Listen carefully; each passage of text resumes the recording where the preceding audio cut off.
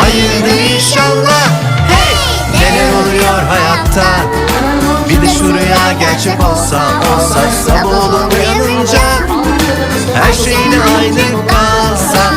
Uzun desem uzun değil, Bir yol var önümde, yeşil desem yeşil değil, beyaz elbise, gümüş desem gümüş değil.